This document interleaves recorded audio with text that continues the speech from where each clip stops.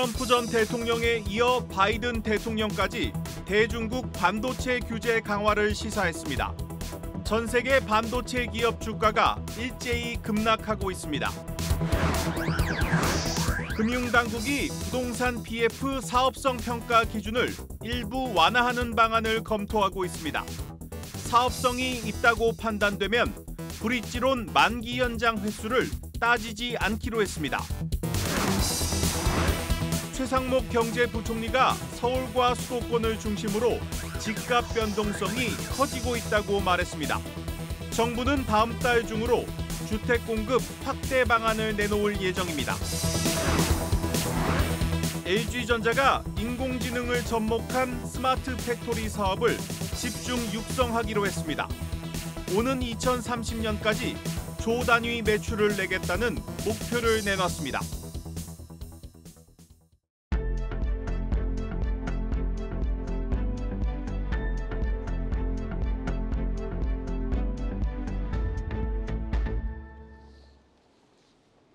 뉴스 플러스입니다. 오늘도 단독 보도로 시작하겠습니다. 금융당국이 부동산 PF 사업장 사업성 평가 기준을 일부 완화하는 방안을 검토하고 있습니다. 사업성이 있다고 판단되면 브릿지론 만기 연장 횟수와 상관없이 사업을 이어갈 수 있도록 예외 조항을 두기로 했습니다. 업계의 요구 사항을 반영한 새로운 가이드라인이 9월 중 나올 것으로 보입니다. 신재근 기자입니다. 금융당국이 부동산 PF 사업성 평가 기준을 일부 완화하는 방안을 고려 중인 것으로 전해졌습니다. 한 투자은행 업계 관계자는 정부의 PF 평가 기준 가이드라인이 현실에 맞지 않는 부분이 지적됐다며 세부 조정을 해서 9월 중 다시 가이드라인이 나올 것으로 안다고 말했습니다. 앞서 금융당국은 지난 5월 사업성이 떨어지고 무분별하게 대출 만기를 연장하는 좀비 사업장을 걸러내기 위해 부동산 PF 평가 기준 개선 방안을 발표했습니다.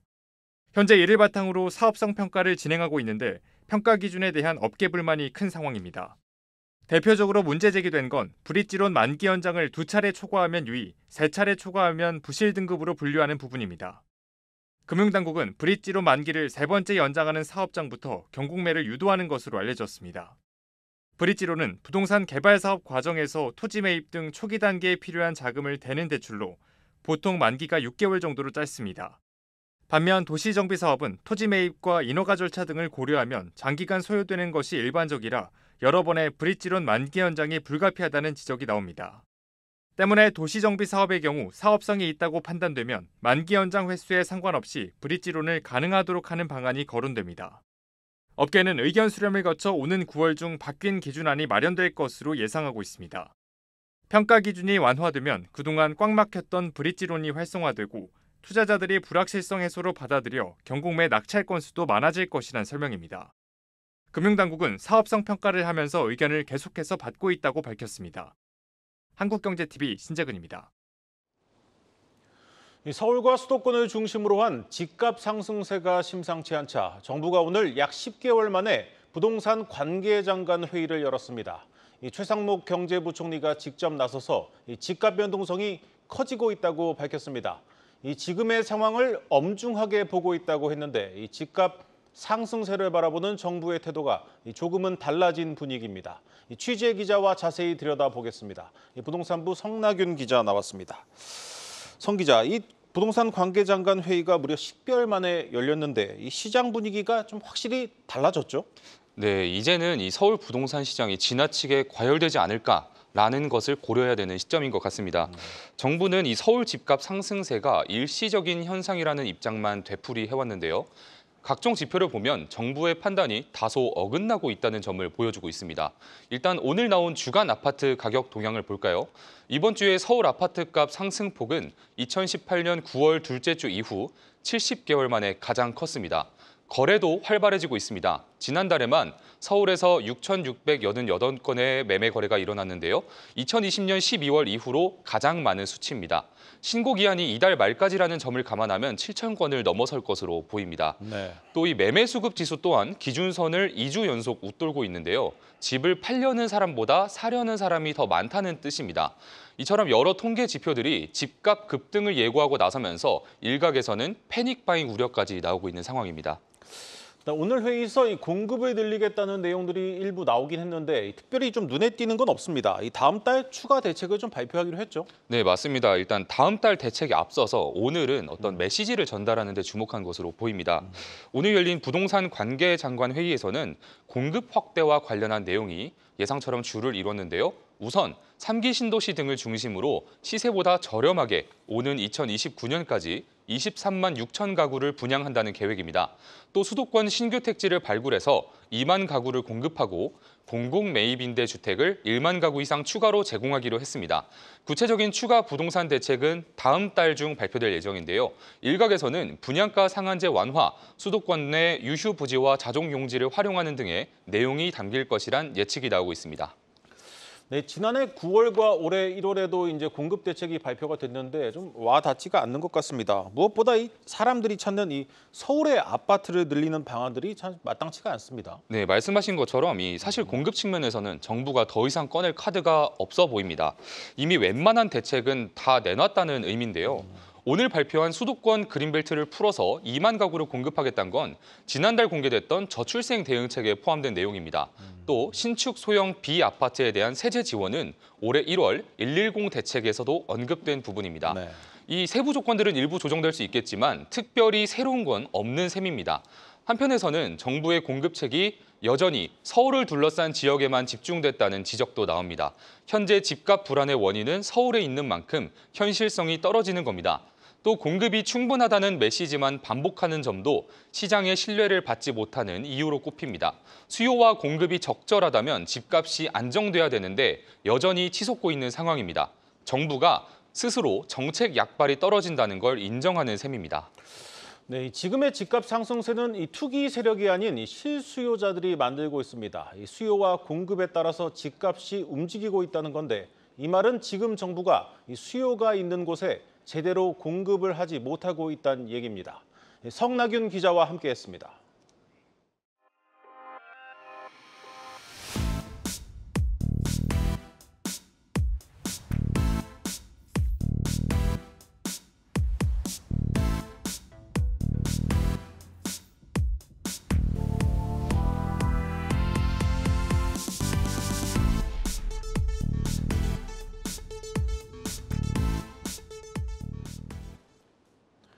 박상규 SK이노베이션 사장이 SKENS와의 합병에 대해 에너지 시장이 급변하고 있는 지금이 적기라는 의견을 밝혔습니다. 이 합병한 SKENS를 분할 상장할 계획이 없다는 점도 분명히 했습니다. 강미선 기자입니다. 아시아 태평양 지역에서 자산 규모가 가장 큰 민간 에너지 기업으로 도약하게 되었습니다. 근본 합병으로 SK이노베이션의 재무 구조는 더욱 견고해질 것입니다. SK이노베이션과 SKENS 측이 합병에 대해 처음으로 설명에 나섰습니다. 양사 합병 비율은 1대 1.19로 사내 독립기업 형태로 추진됩니다. 회사 측은 SK이노베이션은 10조 8천억 원, ENS는 6조 2천억 원으로 가치가 평가됐다고 설명했습니다. 자산 100조 원의 초대형 에너지 기업이 된 SK이노베이션은 2030년 삼각전 영업이익 20조 원 달성 목표를 세웠습니다. 하지만 SKENS의 가치가 낮게 합병 비율이 결정됐다는 시장의 반응이 나오면서 ENS의 재무적 투자자인 사모펀드 운용사 KKR의 합병 반발 가능성이 있습니다. 회사 측은 이에 대해 KKR과 우호적인 분위기에서 방향을 찾고 있어 걱정하지 않아도 될 것이라고 강조했습니다. 또 SKENS의 분할 상장 계획이 없다는 점도 분명히 했습니다. SK이노베이션의 배터리 자회사인 SK온도 SK트레이딩 인터내셔널, SK엔텀과 단계적으로 합병합니다. 합병으로 인한 삼각전 영업이익 개선 효과는 연 5천억 원으로 SK온 재무구조 개선에 큰 힘이 될 전망입니다. SK이노베이션을 시작으로 다른 SK그룹 계열사들도 순차적으로 사업 재편에 나섭니다. SK에코플랜트는 오늘 이사회를 열어 가스 전문기업 SK머티리얼즈 에어플러스와 반도체 가공 및 유통 전문기업 SN코어를 자회사로 편입할 전망입니다. 한국경제TV 강미선입니다. 주식 거래가 늘면서 국내 대형 증권사들의 이익이 크게 늘고 있습니다. 2분기 순이익이 많게는 30% 이상 증가할 것으로 보이는데 이 부동산 PF 리스크에 따라서 희비가 엇갈릴 것으로 보입니다. 김동화 기자입니다. 올 2분기 국내 6개 대형 증권사의 당기 순이익은 1조 1천억 원으로 전년 대비 12% 증가할 전망입니다. 주식 거래가 크게 늘면서 대형 증권사들의 실적이 개선되고 있는 겁니다. 리테일 최강자 키움증권이 순이익 증가율 35%로 가장 앞섰고 삼성증권도 34% 늘어날 것으로 예상됩니다. 키움과 삼성증권은 브로커리지가 전체 실적의 30% 이상을 차지하고 있어 주식 거래가 늘면 수수료 수익이 곧바로 개선됩니다. 반면 기업금융에 특화된 증권사들은 회복이 더딥니다. 자기자본 대비 부동산 위험 노출이 가장 큰 곳은 메리츠증권과 한국투자증권. 이번 2분기에도 한국금융지주는 자회사들의 추가적인 충당금이 반영될 것으로 보이고 메리츠증권도 IB 부문 실적이 전년 대비 40% 가까이 감소할 수 있다는 전망이 나옵니다. 미래에셋증권 역시 2분기 해외 부동산을 포함한 투자 목적 자산 7조 2천억 원에 대해 수백억 원대의 평가 손실이 반영될 것으로 보입니다. 부동산 PF 리스크가 적은 증권사를 중심으로 불황 탈출에 나서면서 지난해 사라졌던 영업이익 1조 클럽 증권사가 올해 다시 탄생할 수 있을 거란 기대가 모아지고 있습니다. 한국경제TV 김동아입니다. 인공지능 시대를 맞아 자동차나 이 스마트폰은 물론 이 가전제품들도 갈수록 똑똑해지고 있습니다. 그만큼 이제는 이런 제품을 만드는 공장도 똑똑해져야 경쟁에서 살아남을 수가 있습니다. 이런 분위기 속에 66년이라는 오랜 제조 기술 노하우를 가진 LG전자가 인공지능을 접목한 스마트 팩토리 사업을 새로운 먹거리로 삼고 집중 육성하고 있습니다. 취재 기자와 자세히 들여다보겠습니다. 산업부 박혜린 기자 나왔습니다. 박 기자, 먼저 LG전자가 말하는 이 스마트 팩토리 솔루션 사업, 이게 정확히 어떤 겁니까? 네, 말씀하셨듯 LG전자가 지난 66년간 축적한 제조 생산 데이터와 노하우에 인공지능과 디지털 전환 요소를 결합해서 기업의 제조 전 과정을 더 안전하고 더 효율적으로 가동할 수 있도록 솔루션을 공급하는 사업이다. 이렇게 이해를 하시면 됩니다. 네. 예를 들어 LG전자 냉장고 생산 라인이 10분 정도 멈춘다고 하면 단순 계산으로 얼마 정도의 손실이 발생할 거라고 예상하시나요? 네, 글쎄요. 뭐 반도체 같은 경우는 좀 상황이 다르겠지만 네. 이번 일반적인 제조 공장이라면 손실이 뭐 클 것 같지는 않습니다. 네, 무려 1억 원 정도의 손실이 난다고 합니다. 네. 13초마다 200만 원짜리 냉장고 한 대가 생산된다고 단순 계산을 해보니까요. 10분의 지연이 이렇게 막대한 손실로 이어지는 거죠. 이런 손실 등을 막기 위해서 마련된 스마트 팩토리 솔루션은 가상의 공장을 만들어서 최적의 효율로 시스템을 설계를 하고요. 운영 단계에서 가동 데이터를 분석해서 생산 라인의 불량이나 고장 등을 사전에 감지할 수 있고 자율주행 운송 로봇에 로봇8까지 결합해 로봇이 부품과 자재를 공급하고 조립이나 불량 검사 등을 수행하는 등 공장 자동화까지 지원하는 사업이라고 볼 수 있습니다. 스마트 팩토리 솔루션을 통해 그 찰나의 지연과 미세한 오차까지도 줄일 수 있기 때문에 기업의 수익성과 직결된다고 볼 수 있고요. 실제로 LG전자 창원 공장에서 보니까 스마트 팩토리 구축 이후에 생산성에서 17%, 에너지 효율 면에서 30%가 개선됐고 불량 등으로 생기는 품질 비용은 무려 70%까지 절감된 것으로 나타났습니다. 네, 그러니까 LG전자가 이미 생산 현장에서 활용하고 있는 이 스마트 팩토리 기술을 사업화를 해서 다른 회사에도 이제 판다는 얘기죠? 네, 맞습니다. LG그룹 내에서는요, 이미 전 세계 40여 곳에서 전 세계 40여 개 지역 60여 곳에서 위치한 생산 기지에서 이 솔루션을 적용하고 있고요. 말씀하신 것처럼 보통은 기업 내에서 본인의 기술력을 갖추고 활용을 하는데요. 자사 기술력을 이렇게 사업화한 건 국내에서 LG전자가 유일합니다. 국내에선 경쟁자가 없고 세계적으로는 독일 지멘스나 미국 ABB 등이 있는데요. LG전자는 LG전자만의 경쟁력으로 방대한 제조 데이터와 노하우를 AI와 로봇을 결합했다는 점을 꼽았습니다. 직접 인터뷰 들어보시죠. 지난 66년간 축적해온 방대한 제조 데이터와 노하우를 AI와 로봇을 결합하여 스마트 팩토리 솔루션을 만들었고 이것은 세계 최고 수준입니다. 이를 기반으로 공장 기획, 설계, 구축, 운영 모든 영역에서 최적의 솔루션을 제공할 것입니다. 네, 이미 올해부터 사업화를 시작한 LG전자는 현재 구체적으로 언급할 수는 없지만 주요 고객사로 2차 전지 제조업체, 자동차 부품 제조업체, 물류업체 등을 두고 있고요. 앞으로는 반도체나 제약, 바이오, F&B 등 산업군으로까지 고객을 확대하고자 노력하고 있습니다. 네, LG전자 입장에서는 지난 66년간의 노하우를 좀 공개를 하는 건데 그만큼 뭐 성장성이나 수익성에 대한 기대가 크다는 얘기겠죠? 네, 그렇습니다. 기업들이요, 생산 효율화에 나서면서 스마트 팩토리 수요는 아시아와 북미 지역 중심으로 굉장히 급증하는 추세입니다. 글로벌 스마트 팩토리 시장은 올해 1,556억 달러, 우리 돈으로 약 214조 원 규모에서 오늘 2030년 2,685억 달러로 약 370조 원 규모까지 성장할 것으로 전망됩니다. 한편 아직 이렇다의 선도업체는 없기 때문에 LG전자는 선도업체가 아직 없는 이 시장에서 관련 노하우를 판매해서 고객사 확보에 나서겠다는 방침이고요. 실제로 이미 올해 수주한 규모가 2천억 원 수준이고 LG전자는 2030년까지 조 단위 매출을 기록하는 것을 목표로 하고 있습니다. 아울러 단순히 하나의 사업 영역을 육성하는 것이 아니라 무형자산의 사업화라는 측면에서 의미가 큰데요. LG전자는 현재 기존의 제품 중심 사업에서 소프트웨어나 솔루션 등 무형의 영역과 결합하는 사업 구조를 미래지향적 사업 구조로 꼽고 드라이브를 걸고 있거든요.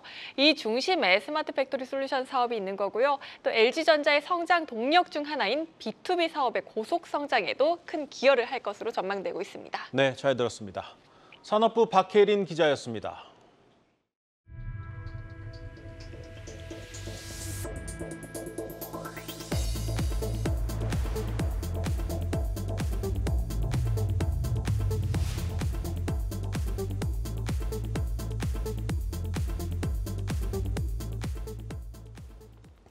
(22대) 국회에서 예금 보호 한도를 5천만 원에서 1억 원으로 올리는 법안들이 잇따라 나오고 있습니다.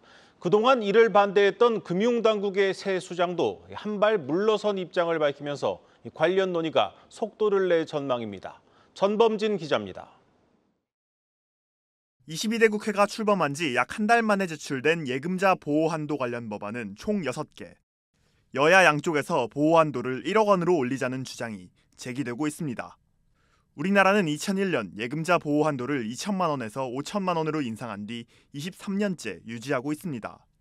그 사이 GDP가 2.5배, 예금액은 4.4배 증가한 점을 고려하면 한도도 맞춰서 올려줄 필요가 있다는 것이 정치권의 주장입니다. 해외 사례를 봐도 우리는 1인당 GDP 대비 보호 한도 비율이 1.3배로 대부분 2배 전후로 형성된 선진국에 비해 낮은 편에 속합니다. 국회는 지난해에도 이 같은 이유로 예보 한도 인상을 추진했지만 금융위의 반대를 넘어서지 못해 좌절된 바 있습니다. 당시 금융위는 예보 한도 인상으로 혜택을 보는 예금자는 5천만 원에서 1억 원 사이에 위치한 1.2%에 불과한 반면 증액된 예보료의 부담은 모든 금융권 이용자가 져야 한다는 근거를 제시했습니다. 하지만 김병환 금융위원장 후보자가 지난 17일 국회에 제출한 답변서에서 한도 상향의 방향성에 공감한다는 완화된 의견을 내면서 이번 국회에서 예보 한도 인상이 힘을 받고 있습니다. 투자자들에게 관건은 업권별 예보 한도 차등화 여부에 있습니다. 입법조사처는 2년 전 보고서에서 모든 업권에 1억 원의 보호 한도를 적용할 경우 은행 예금이 금리가 더 높은 저축은행권으로 몰려 저축은행 예금이 최대 40% 증가할 수 있다고 분석했습니다. 이럴 경우 저축은행 중에서도 신용도가 탄탄한 대형사들은 40% 이상의 예금 증가율을 보이며 크게 수혜를 입을 수 있습니다. 보호 한도를 높이기 위해 반드시 이루어져야 하는 보험료율 조정도 업권별 실적에 영향을 미칠 수 있습니다. 저축은행은 현재 법률상으로도 은행들의 5배에 달하는 요율을 적용받고 최근 재무 상황 악화로 20개가 넘는 저축은행이 추가로 최대 10%의 할증된 예보료를 내고 있습니다. 이에 저축은행 업계는 법안 논의 과정에서 업권 간 예보료율 격차를 반드시 좁혀야 한다고 주장합니다. 예보 한도를 둘러싼 금융권의 이해관계가 첨예하게 갈린 가운데 본격적인 입법 논의는 다가오는 9월 정기국회에서 탄력을 받을 전망입니다. 한국경제TV 전범진입니다. 국내 최대 화학업체 LG화학이 미흡한 소방시설 관리 때문에 지난 4년 7개월 동안 600차례가 넘는 지적을 받은 것으로 나타났습니다. 과태료를 낸 것만 22차례입니다. 전효성 기자입니다. 근로자 23명이 숨진 아리셀 공장 화재 사고. 소방당국이 과거 아리셀의 미흡한 화재 시설을 지적한 적이 있었다는 것이 뒤늦게 알려져 안타까움을 더했습니다. 그렇다면 대규모 공장의 소방 설비는 어떻게 관리되고 있을까? 한국경제TV가 입수한 소방청의 대규모 공장 시설 정기 특별점검 자료입니다. 2020년부터 올해 7월까지 국내 주요 제조 화학업체는 소방 설비와 관련한 문제로 835차례의 지적을 받았습니다. 이 기간 LG화학은 606차례 지적을 받았는데 이 중 위반 수위가 높아 과태료 처분을 받은 사례도 22번 있었습니다. 매년 100에서 200건의 지적이 반복되고 있는 상황으로 화재 안전 불감증이 만연해 있다는 비판을 피하기 어렵습니다. LG화학 용성공장과 화치공장, VCM 공장에서 문제가 다수 발견됐습니다. 모두 인화성이 강한 석유화학 제품을 생산하는 곳입니다. 화재 경보 등을 임의로 꺼두거나 위험물 보관 수칙을 어기는 등 대규모 인명피해로 이어질 수 있는 문제도 발견됐습니다. LG화학에서 분사된 2차 전지 업체 LG에너지솔루션도 마찬가지였습니다. LG에너지솔루션은 2021년부터 지금까지 소방설비 미흡 사례가 59차례 적발됐고 2차례 과태료 처분을 받았습니다. 두 회사가 화재 안전과 관련해 그동안 부과받은 과태료만 5,470만 원입니다. LG화학은 지난달 지속가능 경영보고서에서 환경, 안전, 보건 비용으로 1년에 2천억 원을 투입하고 있다고 자부했지만 사실상 공수표로 전락하게 됐습니다. 이 자료에서 회사 측은 지난해 중대재해가 한 건도 없다고 공시했지만 고용부 자료를 보니 지난해에도 한 건의 사망 산업재해가 등록된 것으로 나타났습니다.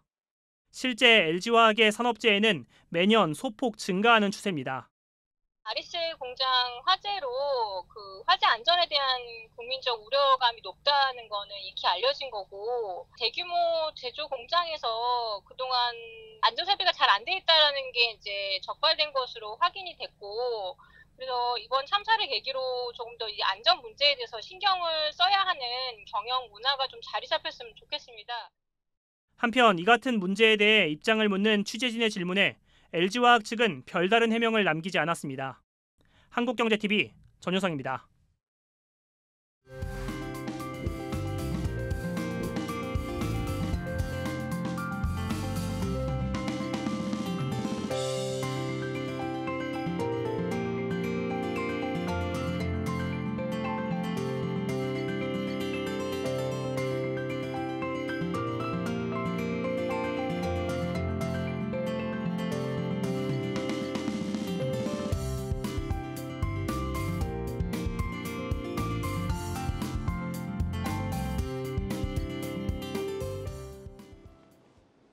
오늘 준비한 뉴스 플러스는 여기까지입니다. 함께해 주신 여러분 고맙습니다.